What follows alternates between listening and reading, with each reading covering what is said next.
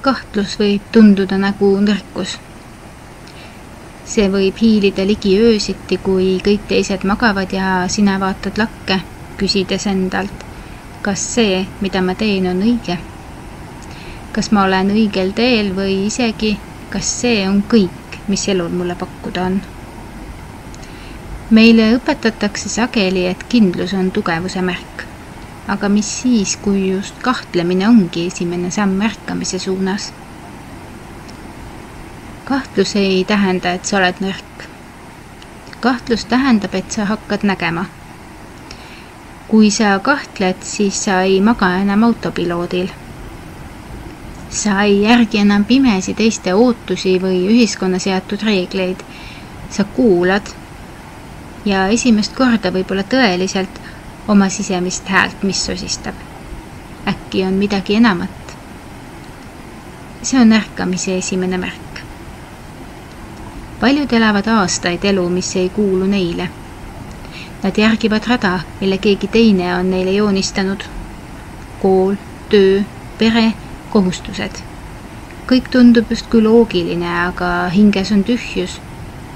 Ja siis, ühel hetkel, võib-olla täiesti argises hetkes, tekib kahtlus. Ja see raputab.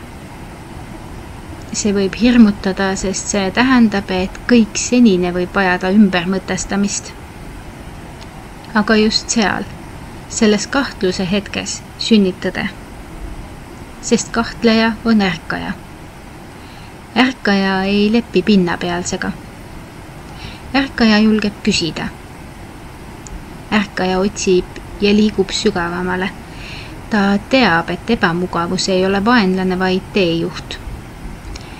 Ta hakkab kuulama oma südant, isegi kui mõistus karjub vastu. Ta hakkab looma uut lugu, uut elu, uut mina.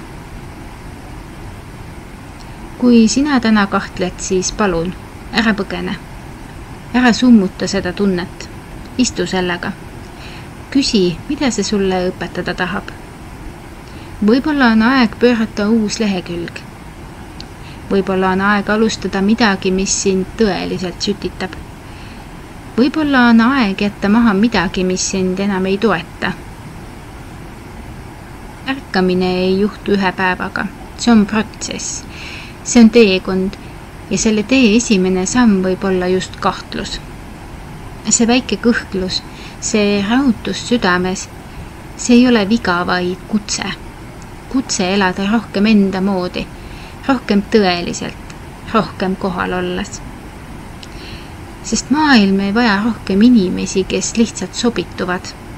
Maailm vajab neid, kes ärkavad, küsivad ja loovad uut. Iseenda tõe järgi, oma väärtuste järgi, oma valguses. Nii et kui sa kahtled, siis tea, sa ei ole eksinud. Sa oled just alustanud.